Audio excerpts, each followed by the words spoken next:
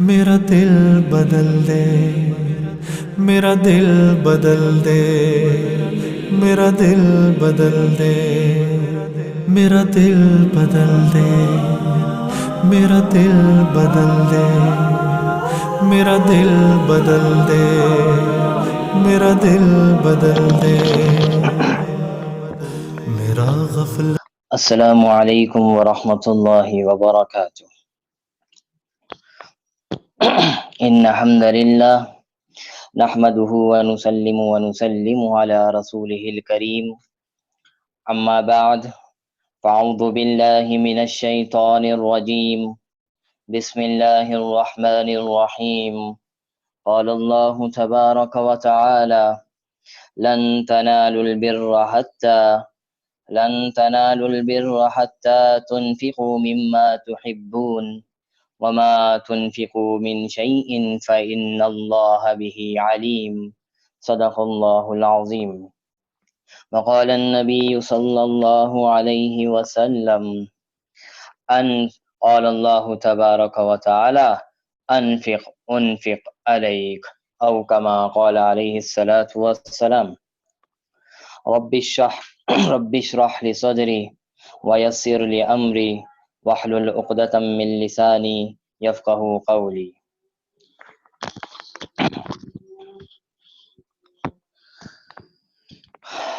آج الحمدللہ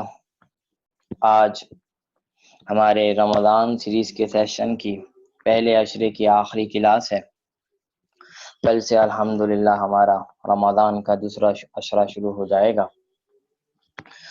تو اب تک جو دن گزر گئے ہیں، اب تک جو باتیں ہو گئی ہیں، اب اس کے اوپر اپنے آپ پر توجہ دینے کی ضرورت ہے کہ اب تک جو میں نے سیکھ لیا، اب تک جو مجھے میرے علم میں اضافہ ہو گیا، وہ میرے عمل میں کتنا آیا ہے، یہ ضروری ہے۔ اگر عمل میں نہ آئے، نالج میں آ جائے، کوئی فائدہ نہیں ہے۔ اصل تو یہ ہے جو سیکھ رہے ہیں، جو سن رہے ہیں، وہ ہماری عمل زندگی میں شامل ہو جائے۔ یہ میں نہیں کہتا کہ 100% شامل ہو جائے، کم از کم 10% تو ہو جو ہم نے سیکھا، کم از کم 10 اور 20% تو ہماری زندگی میں وہ ساری چیزیں آ جائیں۔ انشاءاللہ اس پہ ہی اللہ تعالیٰ ہمیں جب 10 اور 20 پہ کوشش کریں گے تو انشاءاللہ اللہ 100 تک بھی پہنچائے گا۔ تو خصوصی پہ توجہ دینے کی ضرورت ہے۔ اور رحمت کا عشرہ تقریباً آج آخری روزہ ہے، اس کے اوپر بھی توجہ دینے کی ضرورت ہے کہ میں نے پچھلے دنوں میں کیا کوتاہی کر لی، کیا غلط اعمال کر لیے، اب اس کے بعد توبہ کیجیے۔ ایسا نہ ہو کہ بغیر توبہ کے یہ رحمت کا عشرہ ہم سے چلے جائے۔ تو رحمت کا عشرہ رحمت لے کر واپسی کریں۔ رحمت کا عشرہ ایسے گزر جائے کہ ہم پر رحمت آ جائے پھر گزرے، ایسی ہماری حالت، ایسی ہماری پوزیشن اور ایسی ہماری سچویشن ہونی چاہیے۔ آج جو خطبے میں قرآن مجید کی تلاوت کی ہے، اللہ تبارک و تعالی اس آیات میں یہ لن تنالوا البر حتی، یہ 4 سپارے کی پہلی آیت ہے۔ اللہ تبارک و تعالی فرماتے ہیں کہ تم میں سے ہر کوئی شخص چاہتا ہے کہ کیا بن جائے، لن تنالوا البر حتی، تم میں سے ہر کوئی چیز یہ چاہتا ہے، ہر کوئی یہ چاہتا ہے کہ نیک بن جائے، اللہ والا بن جائے، ایسا بن جائے کہ اللہ تبارک و تعالی آپ سے محبت کرنے لگ جائے۔ اور الحمدللہ ہم سب کی یہ خواہش ہوتی ہے کہ ہم ایسے بن جائیں جس سے اللہ تبارک و تعالی محبت کرنے لگ جائے۔ تو اللہ تبارک و تعالی نے دو چیزیں بتائی ہیں جس کی وجہ سے اگر یہ کام کر لو گے، جس کی وجہ سے تمہیں اللہ تعالیٰ کی محبت مل جائے گی اور تم نیک بن جاؤ گے۔ آج اس کی پہلی چیز پہ بات کریں گے، دوسری چیز بعد میں کسی کلاس میں بات کریں گے۔ پہلی چیز یہ ہے کہ لن تنالوا البر حتی تنفقوا مما تحبون، جب تک اپنی پسندیدہ چیزوں کو اللہ کی راہ میں قربان نہیں کرو گے تب تک اللہ تم سے محبت نہیں کرے گا۔ جب تک اپنی پسندیدہ چیز کو اللہ کی راہ میں قربان نہیں کرو گے، اللہ تبارک و تعالی تم سے محبت نہیں کرے گا اور نیکی کے بلندی پہ نہیں پہنچ سکتے۔ نیک بن سکتے ہو روزہ نماز پڑھ کے، نیک بن سکتے ہو دوسرے کام کر کے، لیکن جب تک اپنی قیمتی چیز کو اللہ کی راہ میں قربان نہیں کرو گے، نیکوکاروں کی بلندی پہ نہیں پہنچ سکتے۔ اگر چاہتے ہو کہ نیکوکار کی بلندی پہ پہنچ جائیں تو فرمایا کہ تنفقوا مما تحبون، خرچ کرو اس چیز سے، اس چیز کو جس سے تم محبت کرتے ہو۔ یہ سب سے پہلے آیات جو ہے نازل ہوئی ہیں یہ صدقات کے بارے میں، صدقات کے بارے ہیں، اور آگے فرمایا وما تنفقوا من شيء فإن الله به عليم، تم کوئی چیز خرچ نہیں کرتے، تم کوئی چیز دوسروں کو نہیں دیتے مگر اللہ اس کو جانتا ہے، مگر اللہ اس کو جانتا ہے۔ یہ آیت آج خصوصی طور پر جو پڑھی ہے اس کا مقصد صدقات ہے، صدقات، کہ ہمیں اپنے پیسوں سے محبت ہوتی ہے، ہمیں اپنے مال و متاع سے محبت ہوتا ہے، تو رسول اللہ تبارک و تعالیٰ فرما رہے ہیں اپنے محبت کردہ چیزوں سے جب تک دوسروں پہ خرچ نہیں کرو گے نیکوکاری کی بلندی پہ نہیں پہنچ سکتے۔ تو ہم دیکھنا چاہیے کہ ہمارا قیمتی اوقات کیا ہے، ہمیں قیمتی چیز کیا لگتی ہے، اب ہم اس کو اپنی عبادت کے اوپر بھی فٹ کر سکتے ہیں۔ آپ کسی کام میں مصروف ہیں، بہت امپورٹنٹ کام میں مصروف ہیں، ادھر نماز کا ٹائم ہو جاتا ہے، ادھر نماز کا ٹائم ہو جاتا ہے اور آپ اس کام کو چھوڑ کے نماز کی طرف چلے جاتے ہیں، تو فرمایا یہ آپ نے اپنی پسندیدہ چیز کو اللہ کے لیے قربان کر دیا، آپ نیکوکاروں کی لسٹ میں شامل ہو جاؤ۔ اسی طرح آپ کسی دوسرے کام میں لگے ہوئے ہو، شادی بیاہ میں لگے ہوئے ہیں اور وہاں پہ غلط کام ہو رہے ہیں، ساری غیر رسمی چیزیں ہو رہی ہیں، غیر شرعی چیزیں ہو رہی ہیں، آپ اس شادی میں شرکت نہیں فرما رہے، آپ اس شادی میں نہیں جا رہے، فرمایا آپ جو بچ رہے ہو، آپ کو دل چاہ رہا ہے کہ میں بھی شادی میں جاؤں، آپ کو دل چاہ رہا ہے میرے عزیز کی شادی ہے، لیکن وہ جو وہاں برائی ہو رہی ہے اس کو دیکھتے ہوئے اگر آپ نہیں جا رہے، فرمایا آج کی یہ قربانی اللہ تبارک و تعالی آپ کو بلندی پہ پہنچائے گی، نیکوکاری کی بلندی پہ پہنچائے گی۔ اسی طرح ہمارے پاس صدقات ہیں، پیسے ہیں، بہت عزیز لگ رہے ہیں، بہت چیز بہت عزیز ہیں، جب تک ہم اللہ کے راہ میں اس پیسے کے کچھ نہ کچھ خرچ نہیں کریں گے۔ یہ زکوٰۃ کی بات نہیں ہو رہی، زکوٰۃ تو فرض ہے، وہ تو لازمی ہے، اس کے بغیر تو چارہ کار نہیں ہے، اس کے اوپر اگر نہیں دیا تو اس کی پکڑ ہے۔ یہ صدقات کی بات ہو رہی ہے جس کو اللہ تبارک و تعالی نے فرض نہیں کیا بلکہ اس کے اوپر موٹیویشن دی، موٹیویٹ کیا کہ یہ بھی کیا کرو، اس سے بھی غربا کی مدد ہوتی ہے، اس کے بارے میں ہو رہا ہے، اس کے بارے میں بات ہو رہی ہے کہ جب تک اللہ کی راہ میں اپنی پسندیدہ چیز کو خرچ نہیں کرو گے اللہ تبارک و تعالی کے نزدیک نیک نہیں بنو گے۔ اگر چاہتے ہو نیک بننا تو اپنے قیمتی چیزوں کو اللہ کی راہ میں خرچ کرو، اللہ تبارک و تعالی تمہیں نیک بنا دے گا، اللہ تبارک و تعالی تمہیں اپنا پسندیدہ بندہ بنا دے گا۔ اب وہ نیک چیز، اب وہ محبت کردہ چیز کیا ہو سکتی ہے؟ وہ ہمارے اوقات بھی ہو سکتے ہیں، وہ ہمارے مال و متاع بھی ہو سکتا ہے، وہ ہماری بہت ساری چیزیں بھی ہو سکتی ہیں جس سے ہم محبت کرتے ہیں۔ جیسے میں نے فرمایا میرا دل چاہ رہا ہے کہیں جانے کا لیکن میرا اللہ وہاں جانے سے منع فرما رہا ہے، تو آپ نے اس دل کو وہاں پہ مارا اور چھوڑ دیا، اللہ کی بات سنی، اللہ یہاں پہ بھی آپ نے محبت کردہ چیزوں کی قربانی کی ہے، آپ اس کو پسند کر رہے تھے لیکن یہاں پہ آپ نے قربانی دی، اللہ تبارک و تعالی آپ کو نیک کاروں میں شامل فرمائے گا۔ اسی طرح آپ کے پاس پیسے ہیں، آپ صدقات دے رہے ہیں، غربا کی مدد کر رہے ہیں، آپ کو محبت ہے اپنے پیسے سے، پھر بھی آپ غربا کی مدد کر رہے ہیں، مساکین کی مدد کر رہے ہیں، دوسروں کو خصوصاً اپنے رشتہ داروں کا خیال رکھ رہے ہیں۔ رسول اللہ نے فرمایا بہترین صدقہ وہ ہے، بہترین صدقہ وہ ہے جو اپنے رشتہ داروں کو دیا جائے، جو اپنے رشتہ داروں کو دیا جائے، جو اپنے رشتہ داروں کو دیا جائے، یہ بہترین صدقہ ہے۔ آج افسوس ہم باہر والوں کی تو فکر کر لیتے ہیں، باہر والوں کو تو دیکھ رہے ہوتے ہیں لیکن ہمارے رشتہ دار میں ہمارے چاچا، ہمارے پھپھا، ہمارے عزیز و اقارب پریشان ہوتے ہیں، کسی وجہ سے پریشان ہوتے ہیں، ان کی طرف ہماری فکر نہیں جاتی، ہم باہر والوں پہ تو لوٹاتے ہیں اپنے گھر والوں پہ نہیں لوٹاتے۔ رسول اللہ نے فرمایا بہترین صدقہ یہ ہے کہ اپنے رشتہ داروں کو دیا جائے، اپنے رشتہ داروں کا خیال کیا جائے، اس سے آپ کو دوہرا اجر ملے گا، ڈبل اجر ملے گا۔ پہلا اجر کہ آپ نے صدقہ دیا، صدقہ کا اپنا اجر، اور دوسرا کہ آپ نے اپنے رشتہ داری کا خیال رکھا، آپ نے اپنی رشتہ داری پر صلہ رحمی کی اس وجہ سے، تو اللہ تبارک و تعالی اس صدقے کے اوپر ڈبل اجر دے گا۔ تو خصوصی توجہ دینے کی ضرورت ہے صدقات کے اوپر۔ آج کی جو ہماری احادیث ہے وہ بھی صدقات سے متعلق ہے۔ تو آج ہماری الحمدللہ جو حدیث ہے، ہماری حدیث 35 حدیث الحمدللہ ہو چکی ہے، 35 حدیث ہو چکی ہے، آج ہم 36ویں حدیث پڑھیں گے، 36۔ بسم اللہ الرحمن الرحیم۔ عن ابی ہریرہ رضی اللہ تعالی عنہ ان رجل شكا الى النبي صلى الله عليه وسلم قسوة قلبه قال امسح رأس اليتيم وأطعم المسكين، رواه احمد۔ حضرت ابو ہریرہ رضی اللہ تعالی عنہ سے روایت ہے کہ ایک شخص نے رسول اللہ صلی اللہ علیہ وسلم سے شکایت کی، رسول اللہ صلی اللہ علیہ وسلم سے اپنی تنگ دستی کی شکایت کی، فرمایا کہ میں بہت پریشان رہتا ہوں، میرے پاس رزق کی کمی ہے، میرے پاس روزگار کی کمی ہے، میں اپنے گزارا صحیح سے نہیں کر پاتا، اس چیز کی شکایت کی کہ ایسے میں اس پر حالات ہیں۔ رسول اللہ نے فرمایا یتیموں کا خیال رکھا کرو، یتیموں کا خیال رکھا کرو، مساکین کو کھانا کھلایا کرو، یتیموں کے سر پہ ہاتھ پھیرا کرو، مساکین کو غربا کا خیال رکھا کرو، غربا کی مدد کرا کرو، اللہ تبارک و تعالیٰ تمہارے یہ حالات درست فرما دے گا، اللہ تبارک و تعالیٰ یہ جو تمہارے اوپر جو حالات ہے اس کو اٹھا دے گا۔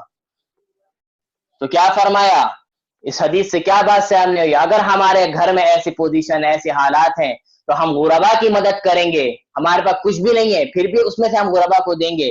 اب اس کے اندر دل چاہیے، دل چاہیے، دل اگر ہوگا، دل اگر آپ کا سخی ہوگا تو آپ یہ کرنے پر آمادہ ہو جائیں گے۔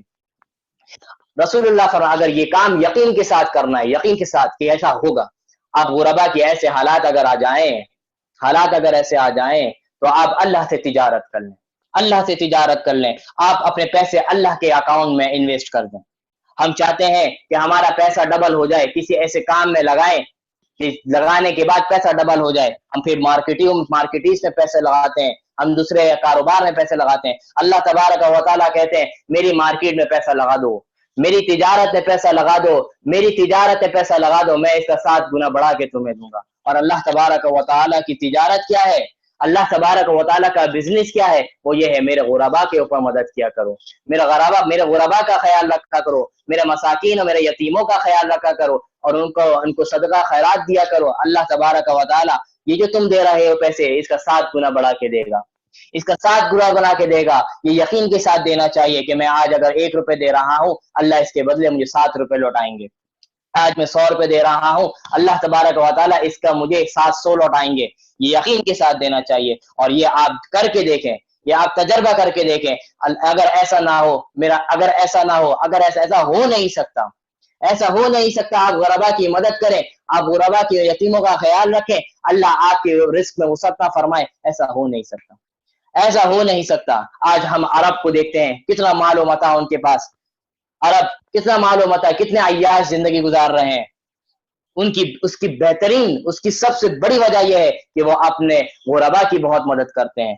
عرب وسیع القلب ہوتے ہیں، سخی القلب ہوتے ہیں، وہ دوسروں پہ خرچ کرتے ہیں۔ اللہ تعالیٰ نے ان کے گھروں میں کبھی بھی رزق کی تنگی نہیں فرمائی، کبھی بھی رزق کی تنگی نہیں فرمائی۔ یہ میرے رب کا قانون ہے، یہ میرے رب کا قانون ہے۔ میرے رب کے بزنس میں پیسے لگا دو، میرے رب کے تجارت میں پیسے لگا دو، اللہ تبارک و تعالیٰ اس کو بڑھا چڑھا کے دے گا، اللہ تبارک و تعالیٰ اس کو بڑھا چڑھا کے دے گا۔ تو فرمایا آج کی جو حدیث تھی کہ ایک شخص نے اپنے غربت کا سوال کیا، اپنی پریشانی کا سوال کیا، تو یہاں پہ اگر ہم کسی سے سوال کریں کہ بھائی، کسی دوسرے سے سوال کریں کہ میرے حالات ٹھیک نہیں ہیں، میں کیا کروں، وہ آپ کو کیا مشورہ دے گا؟ وہ آپ کو یہ مشورہ دے گا آپ اپنے رشتہ دار کے پاس چلے جائیں، اس کے پاس بہت پیسے ہیں، وہ آپ کی مدد فرما دے گا۔ کیا مشورہ دے گا؟ اگر آپ کے پاس پیسے، اس کام میں لگا دیں، اللہ تعالیٰ اس سے مدد فرمائیں گے۔ آپ چھوٹا موٹا کاروبار کر لیں، یہ چیز بھی کرنی ہے، اپنے پاؤں پہ کھڑا ہونا بھی ضروری ہے۔ اپنے پاؤں پہ، یہ نہیں کہ آپ پیسے کم ہو دوسروں سے مانگنا شروع کر دیا، یہ کوئی شریف انسانوں کی عادت نہیں ہے۔ مانگنا تو، اور اللہ تبارک و تعالیٰ انتہائی مجبوری میں کہا کہ بہت ہی مجبوری ہے، کوئی ذریعہ نہیں ہے، تو پھر ہم مخلوق سے سوال کر سکتے ہیں، ورنہ مخلوق سے سوال کرنے کی اجازت نہیں ہے، مخلوق سے سوال کرنے کی اجازت نہیں ہے۔ اپنے آپ کو خود اس قابل بنائے، خوددار بنے کہ کسی کے سامنے اپنا ہاتھ نہ پھیلائیں۔ اور سب سے پہلے، لیکن رسول اللہ فرما رہے ہیں اگر ایسے حالات آ گئے، غریبوں کی مدد کرنا شروع کر دو، غریبوں کا خیال رکھنا شروع کر دو، اللہ تمہارا خیال رکھے گا، اللہ تمہارا خیال رکھے گا۔ آج کی دوسری حدیث، عن ابی ہریرہ رضی اللہ تعالی عنہ قال قال رسول اللہ صلی اللہ علیہ وسلم قال اللہ تعالی انفق علیک۔ حضرت ابو ہریرہ رضی اللہ تعالی عنہ سے روایت ہے، رسول اللہ صلی اللہ علیہ وسلم نے ارشاد فرمایا کہ اللہ تبارک و تعالی فرماتے ہیں، یہ حدیث قدسی ہے۔ حدیث قدسی اس کو کہتے ہیں جس کے بارے میں رسول اللہ صلی اللہ علیہ وسلم اللہ کا حکم بتائیں۔ بات رسول اللہ کی ہو لیکن اس میں بتائیں کہ اللہ تعالیٰ ایسا فرماتا ہے، اللہ سے اس کی بات کر تعلق اللہ سے جوڑیں، اس حدیث کو حدیث قدسی کہتے ہیں۔ تو یہاں پہ رسول اللہ صلی اللہ علیہ وسلم فرما رہے ہیں کہ اللہ تعالیٰ فرماتا ہے انفق علیک، کہ تم دوسروں پہ خرچ کرتے رہو اللہ تم پر خرچ کرتا رہے گا، تم میرے بندوں پہ خرچ کرتے رہو اللہ تم پر خرچ کرتا رہے گا، اللہ تمہاری مدد فرماتا رہے گا۔ اس حدیث سے بھی یہ ثابت ہوا کہ دوسروں کو خرچ کرنا اپنے اوپر اللہ تعالیٰ کی شفقت اور رحمت نازل فرمانا ہے۔ آج کی تیسری حدیث عن ابی ہریرہ رضی اللہ تعالی عنہ قال قال رسول اللہ صلی اللہ علیہ وسلم لا تجمع الشح والایمان فی قلب عبد عبدا۔ حضرت ابو ہریرہ رضی اللہ تعالی عنہ سے روایت ہے، رسول اللہ صلی اللہ علیہ وسلم نے ارشاد فرمایا کہ ایمان اور بخل یہ دو متضاد چیز ہے، کنجوسی اور ایمان یہ دو متضاد چیز ہے، اور کسی بھی مومن کے اندر ایسی دونوں چیز ایک وقت میں جمع نہیں ہو سکتی۔ ایک مسلمان کے اندر یہ دونوں چیز ایک وقت میں جمع نہیں ہو سکتی۔ کیا مطلب کہ یا تو ایمان ہوگا اور سخاوت ہوگی، یا تو ایمان ہوگا اور اس کے ساتھ سخاوت ہوگی، ایمان کے ساتھ بخل نہیں آ سکتا، ایمان کے ساتھ کنجوسی نہیں آ سکتی۔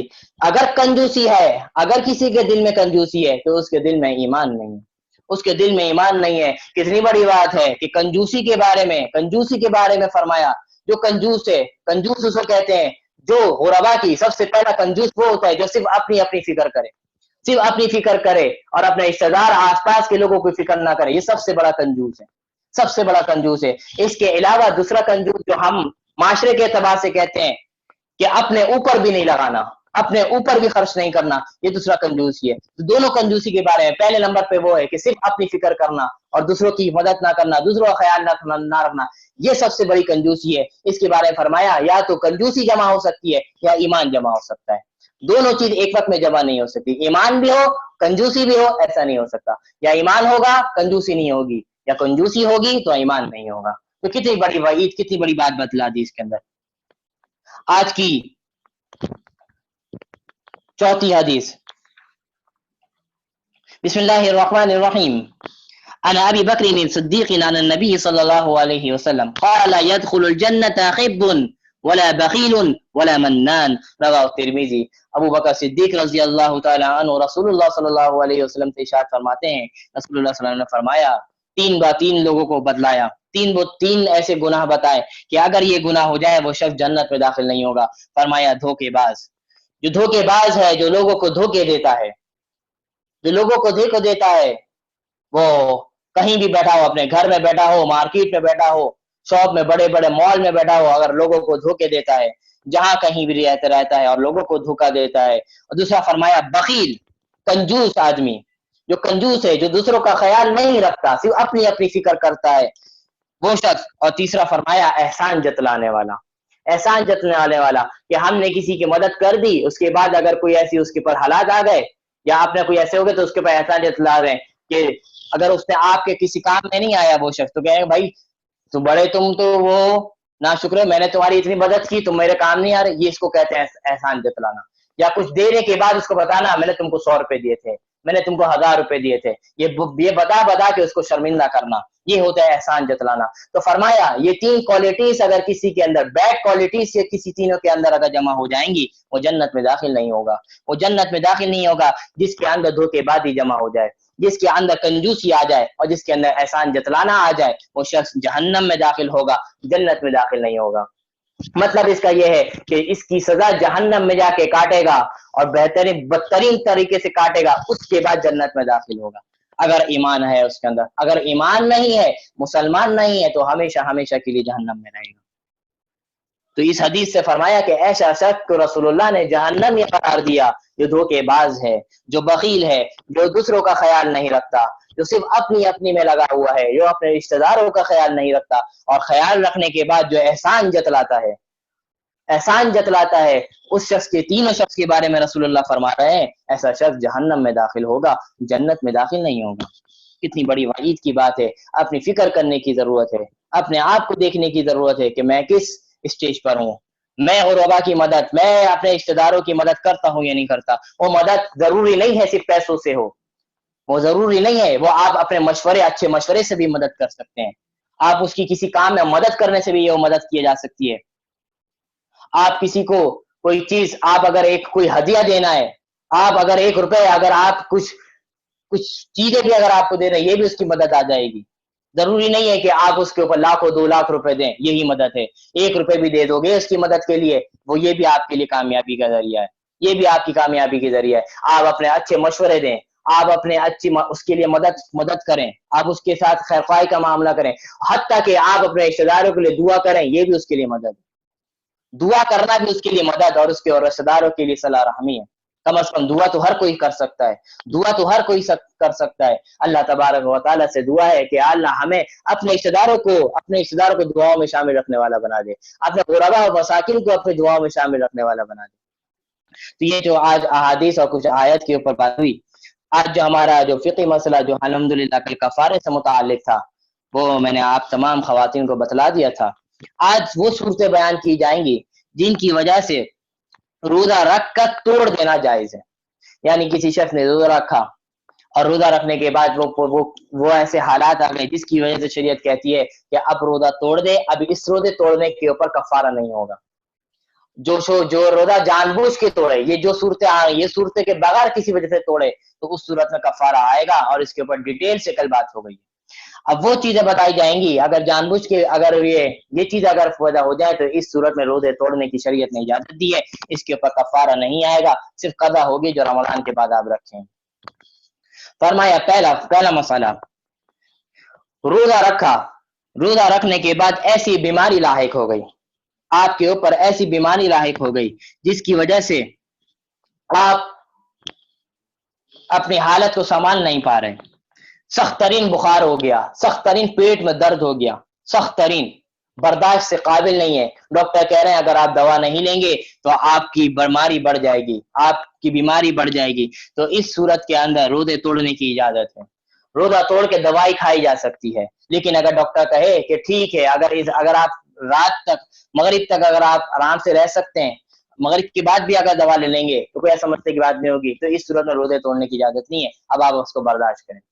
لیکن اگر ایسی حالات پیدا ہو گئے کہ کوئی چارہ کار نہیں ہے، کوئی ایسا مسئلہ ہے، کوئی ایسا مسئلہ برداشت سے باہر ہو گیا ہے، تو اس صورت میں شریعت نے اجازت دی ہے کہ آپ روزہ توڑ سکتے ہیں، آپ روزہ توڑ سکتے ہیں.